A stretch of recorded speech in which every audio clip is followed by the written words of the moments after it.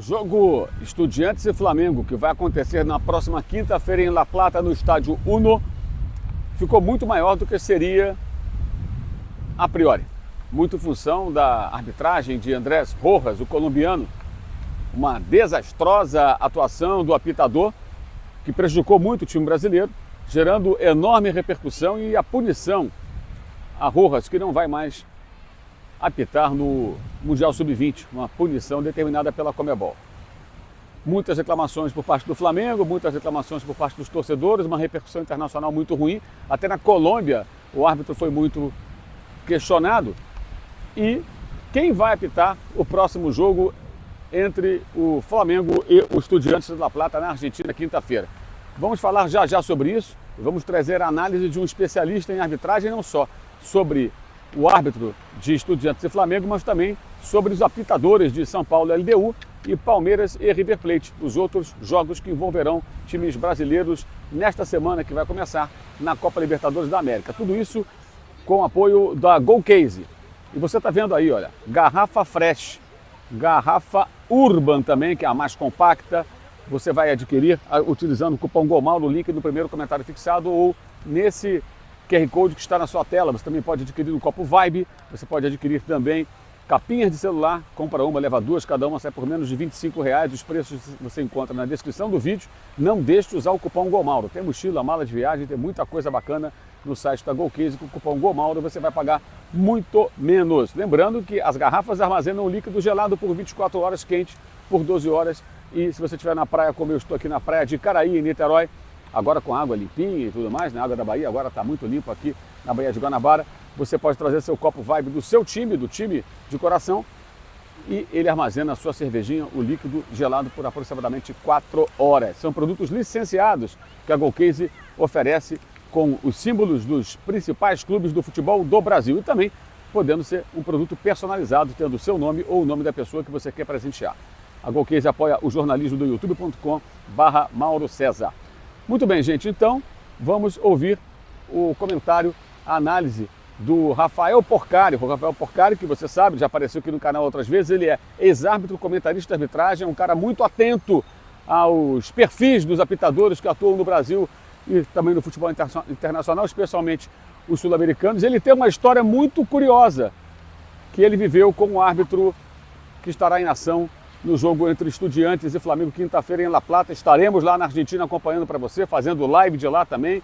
Acompanhe a nossa cobertura de Estudiantes e Flamengo aqui no canal ao longo da semana. Mas vamos então ao Rafael Porcari falando também dos árbitros de São Paulo e LDU de Quito, Palmeiras e River Plate. Porcari, é com você. Olá, amigos. É um prazer estar aqui de volta ao canal, falando um pouquinho sobre as escalas dos árbitros para os jogos de volta das quartas de final da Libertadores da América. Vamos falar dos 3 brasileiros, Palmeiras, São Paulo e Flamengo. Começando pelo Verdão. Palmeiras e River Plate terá a arbitragem do uruguaio Andrés Matonte. O Matonte é um árbitro que começou no quadro internacional bem jovem, logo de cara apitou a final da Copa Sul-Americana em Montevidéu, Red Bull Bragantino e Atlético Paranaense, e foi bem. Apitou a Recopa Sul-Americana, Flamengo e Del Valle, com boa atuação. Foi para o Mundial de Clubes e apitou Real Madrid e Al Ahly. E a FIFA chama esse tipo de árbitro para 3 Copas. Jovem, com potencial e que quer investir. A Conmebol andou tirando um pouquinho ele de escala, até para não subir muito no salto. Como um jogador de futebol, você tem que tomar cuidados no gerenciamento de carreira, assim também se faz com o árbitro. Mas o Matonte tem cabeça muito boa e não se deixou levar pela vaidade. Ele apita de maneira firme, não dá risadinha dentro de campo, pouco diálogo com o jogador, transmite segurança e isso é muito bom. Nós temos uma mania do Brasil de qualquer lance marcar falta. Encostou, sentiu contato físico, para. Ele não. Ele deixa o jogo correr. É bom para o espetáculo, é bom para o torcedor, é bom para os próprios atletas. Para a partida do São Paulo e LDU. Alex Herrera, da Venezuela, está escalado. Alguns amigos me perguntaram, poxa, mas esse cara não é o mesmo árbitro que já apitou o São Paulo e LDU no ano passado, em outra oportunidade, e o São Paulo foi eliminado? Isso não quer dizer nada. O perfil do Alex Herrera é ótimo para quem joga em casa. São Paulo contra a LDU, dessa outra edição da Libertadores, não jogou nada e foi eliminado. Mas o Alex Herrera É o mesmo árbitro que apitou Bolívar e Palmeiras e o Abel Ferreira ficou louco. Tudo pro time da casa. Naquela oportunidade, o Abel, que é bem chorão, mas ele teve razão. Também é ele que apitou River Plate e Colo-Colo. O Paulo Dias quase quebrou o adversário e o árbitro nada fez. Júnior Barranquilla e Flamengo, Théo Gutierrez agredindo na cara do árbitro Felipe Luiz. Hoje, o treinador Felipe Luiz, aquela oportunidade de jogador. O árbitro não expulsou. E o próprio São Paulo com a Universidade do Chile. São Paulo havia jogado lá em Santiago, muita reclamação no jogo de ida. São Paulo foi a Conmebol e a Conmebol escalou Alex Herrera para o jogo de volta que, entre aspas, compensou os erros. A gente não quer crer que a Conmebol faça isso, compensação, mas o histórico da entidade não ajuda. Olha a quantidade de presidentes presos, algumas conversas que vieram à tona depois de anos de jogos do Estudiantes La Plata, do Independente e de tantas outras situações aí. Então, tudo pode esperar da Conmebol. Mas o jogo mais esperado é Estudiantes La Plata e Flamengo. Por quê? Porque Andrés Rojas, colombiano, foi muito mal no jogo de ida no Maracanã. O Flamengo reclama e com razão. Uma arbitragem desastrosa, se é que podemos achar desastre, porque o pênalti do Samuel Lino, tem VAR, o VAR não chamou. O lance do Gonzalo Plata, o VAR não pode chamar porque a regra, o protocolo impede lances de expulsão por segundo cartão amarelo e talvez envie-se mudar isso. Mas foram erros cabeludos. Além de outras situações, né? As faltinhas, os cartões, ele foi muito mal. Mas para a partida lá na Argentina, apitará o chileno Piero Mazza. O Piero Mazza tem uma história muito interessante. Ele começou apitando nos seus principais jogos internacionais, logo de cara, a finalíssima em Wembley, Argentina e Itália. Para o jovem árbitro, é uma aula de arbitragem, vale a pena assistir, porque o posicionamento dele dentro de campo foi perfeito, irrepreensível, e técnica e disciplinarmente passou batido também. O Piero Mazza apitou importantes jogos da Libertadores, da Sul-Americana, mas ele se mostrou também capaz de mediar uma partida, mediar no sentido de fazer média. Lembremos-nos que ele foi o árbitro de Brasil e Argentina no Maracanã. Aquele jogo que a torcida da Argentina ficou acuada, o Messi tirou o time de campo e depois voltou. Não tinha clima, os jogadores estavam nervosos, cada encostada era uma pancada e o Piero Mazza não deixou a bola rolar. Ele administrou a partida. Quem é árbitro conheceu o saudoso Gustavo Caetano Rogério, instrutor FIFA, um dos homens mais honestos no meio da arbitragem que eu já conheci, se não o mais honesto. E ele dizia o seguinte: árbitro de futebol não tem que ficar preocupado em conversar com o jogador, ficar fazendo prevenção, ele tem que cumprir a regra. Árbitro que quer administrar jogo faz média, e isso vai contra a regra do jogo. Pois bem, o Piero Mazza sabe fazer média, sabe administrar quando precisa. E ele também sabe como não apitar uma partida. Vou contar um relato pessoal. Bragantino ia jogar contra o Águilas Douradas pela pré-Libertadores. Eu ia comentar o jogo pela rádio local, lá em Bragança Paulista. E o jogo à noite, eu sou professor, estava no trecho ali para as minhas atividades acadêmicas de dia. E eis que, próximo ao Lago do Tabuão, um ponto turístico de Bragança, eu vejo 4 pessoas ali, tipicamente turistas, com sacolinha na mão. E árbitro conhece outro árbitro quando tá paisana. Pô, a gente viveu no meio. Falei, caramba, será que é o quarteto de arbitragem do jogo de hoje? Encostei um pouquinho, Piero Mazza, bandeiras e aí quarto árbitro. Me identifiquei, sou ex-árbitro, comentarista de arbitragem. A Silvia Regina Oliveira, ex-árbitra, era a observadora da Conmebol naquela oportunidade, disse que ela era minha colega de turma e tudo mais, e foi um ótimo papo com o Piero Mazza.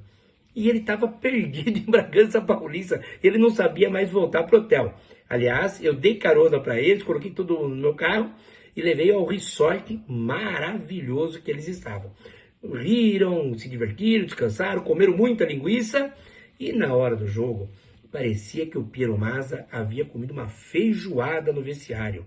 Não apitou nada. Ele simplesmente ficou ali andando em campo com uma má vontade enorme. Assim como os jovens árbitros devem ver Argentina e Itália para aprender como apitar, devem vir Red Bull Bragantino e Águilas Douradas para ver como não se apita. Ele desprezou o jogo. Mas tem um detalhe.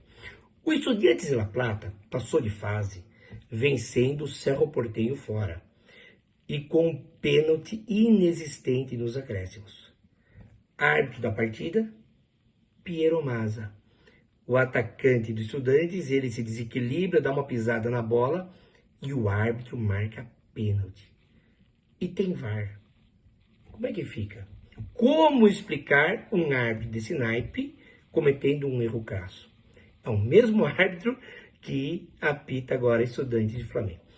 Ele sabe apitar, é ótimo árbitro, mas sabe mediar os jogos também e, se tiver com preguiça, não vai apitar nada. Qual Piero Mazza vamos ter em campo? Esse jogo vai ter um apelo muito grande para os erros da ida. Todo mundo vai estar em cima. Tomara que seja a melhor versão do Piero Mazza. Até mais. Muito bem. Na quinta-feira, lá em La Plata, o clima não vai ser como esse aqui em Niterói nesse momento, aguinha de coco, calorzinho, clima agradável, mar, nada disso.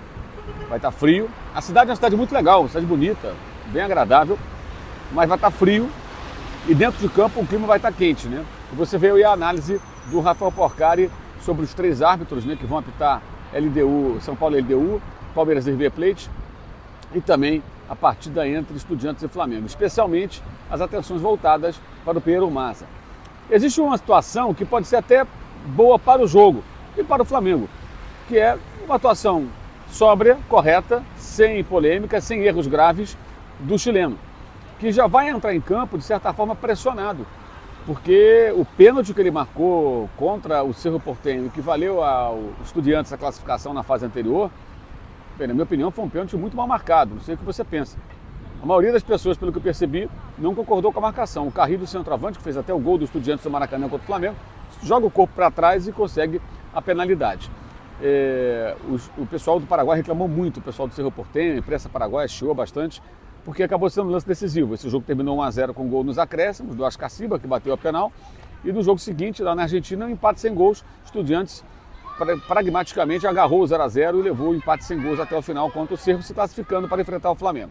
Conversei com o jornalista chileno Cristian Barreira sobre o árbitro Piero Mazza, que na quinta-feira vai apitar Estudiantes e Flamengo em La Plata, na Argentina. Vejam o que disse o periodista. Piero Mazza é considerado um dos melhores árbitros do Chile, mas é medíocre com um longo histórico de erros.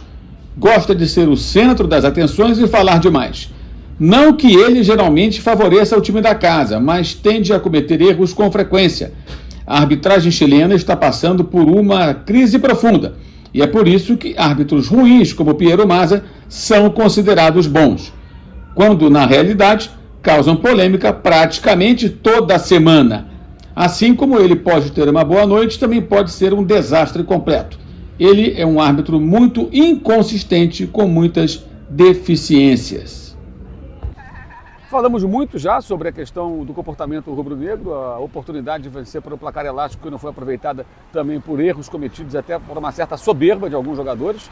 Mas agora é o jogo de quinta-feira. Vejamos como vai se comportar o árbitro e acho que fica muito claro também que o Flamengo não atua bem nos bastidores. Quando se fala de bastidores, gente, não é para levar vantagem, é para você não ser prejudicado. Ou seja, você tem que estar atento ao perfil dos árbitros, a quem vai ser escalado, para que seja escalado sempre alguém qualificado, que não seja um árbitro fraco de personalidade, o tal árbitro caseiro. Porque sabemos, né? Existem árbitros com personalidade que apitam da mesma forma em qualquer lugar e árbitros que são de fraca personalidade, que aceitam pressão, que sofrem pressão e se submetem a ela e acabam muitas vezes apitando muito para o time da casa, que é o time da casa que pressiona mais, seja ele qual for.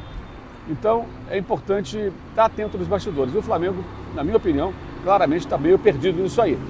Não por acaso, apurei que horas depois de definido que Piero Mazza apitaria Estudiantes e Flamengo, o Flamengo simplesmente não havia, incrível isso, né? Não havia percebido que era o mesmo árbitro que marcou esse pênalti polêmico, para dizer o mínimo, que ajudou os Estudiantes a chegar a essa fase da competição. Vejamos como vai ser.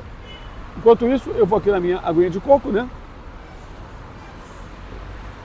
Lembrando que esse vídeo tem o apoio da Golcase. Se você põe essa aguinha de coco na garrafa frete ou na garrafa Urban, ela fica geladinha por 24 horas, amigo. E no copo Vibe, por cerca de 4 horas, você pode adquirir os produtos da Golcase acessando o link no primeiro comentário fixado ou esse QR Code que está na tela. Golcase apoia o nosso jornalismo e a capinha de celular, compra uma, leva duas, é por menos de R$25 cada uma delas. Legal? Então, live desse domingo, depois do Flamengo e Vasco, jogo 5h30 da tarde, o cavalo é para as 7h30, a live começa 15 para as 8 aproximadamente aqui no canal. Vamos conversar sobre esse clássico do Campeonato Brasileiro, que ficou até um pouco em segundo plano, esquecido de certa forma, em função desse duelo tremendo entre o Flamengo e os Estudiantes da Copa Libertadores da América. Também convido você a participar do Clube de Vantagens da S1 Live. Clube de Vantagens da S1 Live. Concorra a bolões e sorteios de camisas oficiais por apenas R$ 9,90 por mês. Entre para o Clube de Vantagens da S1 Live, concorra a uma camisa oficial toda segunda-feira lá na área às 11 da manhã, segunda e sexta, e nas segundas-feiras você tem a chance de ganhar uma camisa oficial à sua escolha se for contemplado, sorteado. Mas tem que participar do Clube de Vantagens. Então entre para o Clube de Vantagens e faça a inscrição no canal S1 Live no YouTube. Destacando também aqui embaixo na descrição do vídeo o link para o canal de cortes Clube do Membros e também no primeiro comentário fixado o link para o meu blog no All Sport e para o Uso 360 com o cupom DataFIFA, camiseta e caneca Odeia DataFIFA, o cupom Mauro César, que dá desconto em todo o site, Uso 360, navegue e dê uma conferida e use o cupom. É isso, pessoal, então, live depois de Flamengo e Vasco nesse domingão, e na quinta-feira, já na quarta-feira, estaremos falando direto de La Plata, na Argentina, com tudo sobre Flamengo e Estudiantes. Valeu, saudações!